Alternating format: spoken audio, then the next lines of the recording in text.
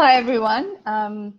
Today's live is about health and well-being practitioners and yoga teachers. It comes about after a conversation that I had with a yoga teacher who offers services online. Lovely lady, but she made an interesting comment that I felt probably needed some addressing. What she the comment that she made was, I provide information on my website that is good for people. Yoga is really good for people, so I don't need to have any policy, website terms of use or a privacy policy, because the information that I have on my website is for positive health and well-being. So that got me thinking, and I thought, I wonder whether we need to have a conversation about it, and I decided that we did. So essentially, it's about, the advice. Apple a day keeps the doctor away. Well, it would if you are not allergic to apples and they don't make you sick and you fall over and die. So I want to talk in this Facebook Live about the information that's on your website if you are a health and wellbeing practitioner or a yoga teacher, and aspects of it that I would like to put out there for you to consider. The first thing that I think is really important to look at is, your website is there for you to showcase the benefits of your beautiful service. And definitely that will involve pictures of, if it is indeed yoga or some other physical therapy, that pictures of how this yoga is done, the beautiful asanas, and the advice that goes along with it, that this asana will bring this benefit or that benefit.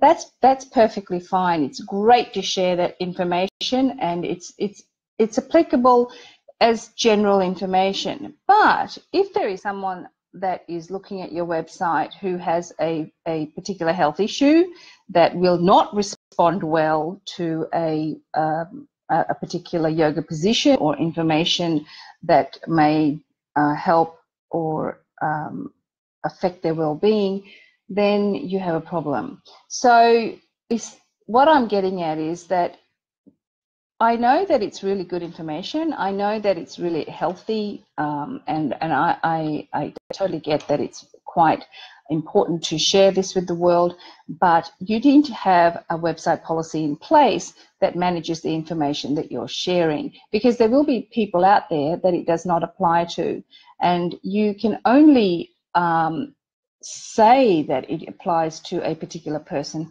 after you have spoken to them personally and provided that information in an environment that can be classed as tailored or individual advice. So that's the first thing that I wanted to share, that yes, it is great information, and yes, yoga is good for everybody, but yes, you need to have website policies that put the whole the information that you're providing in its proper context. So the other thing that also I found interesting was the information or the understanding around the privacy policy. With a lot of health and wellbeing sites or service providers, people are able to book sessions online, or there is a link that takes them to a calendar. And in that calendar, when they're booking a service and paying for it, they're required to provide information about their health. And when you're providing information about your health, that is collection of personal information. And for health and wellbeing providers, there is a higher requirement for or a higher responsibility of informing your customers and your clients about how that information is going to be stored and managed, because it is particularly personal information. So yes, if you're collecting information that way through a calendar on your bookings on your website that allows people to book in an appointment, then definitely you are collecting personal information, and a privacy policy is required. Also, if you have I mean, everybody has a website to grow their business. So through your website, you will have, I guess, opt-ins or information that people can download by signing up with their details, their phone number and their email address, which is usually the one or two or both are usually the minimum requirements. If you have that, and undoubtedly you will, to grow your business and to maintain your clients, you're constantly offering new information, then you will be continually asking for this information. And that also requires that you have a privacy policy available for viewing on your website by people that come onto your website and offer you that information. Another interesting thing that this conversation kind of revealed to me, I guess, was the comment, the further comment that, well, I've had a look at a lot of yoga websites online, and only 2 out of 6 of them had website policies in place. So does that make it okay because you looked on the website online and 2 out of 6 websites that were yoga related did not have policies? All I can say, and I would ask you to think about it too, is perhaps that's an indication of not so much whether it's a quality service, more that the other practitioners probably need to look at how they're operating their business and showing up online.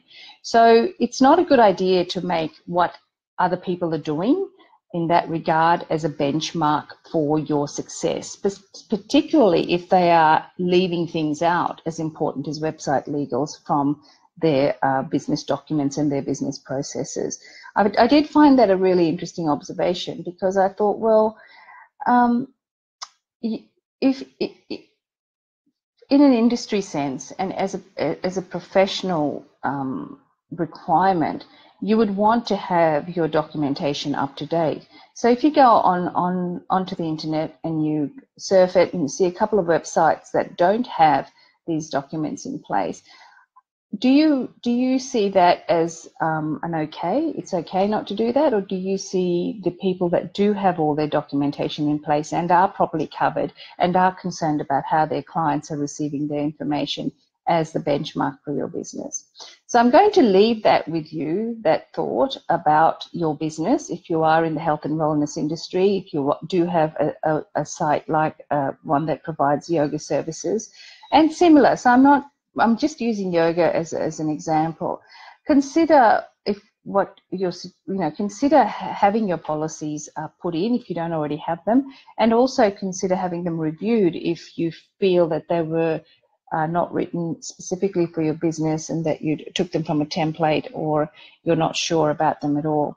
I've written a blog about it. It's in the comments, the link to the blog, and you can read more about it there. And also, if you do have a question or concern about your healthy lifestyle or health and wellbeing business, I invite you to contact me so that we can have a chat about it, and that would be really good. Yeah, so that's it for today. I wanted to raise these issues with you because the health and wellbeing industry is very big. There's a lot of businesses starting up in it. A lot of my clients are health and wellbeing providers, and I like to see them be properly represented on the website, on the internet in relation to their websites.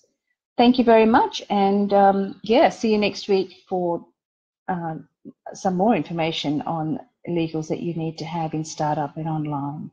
See you.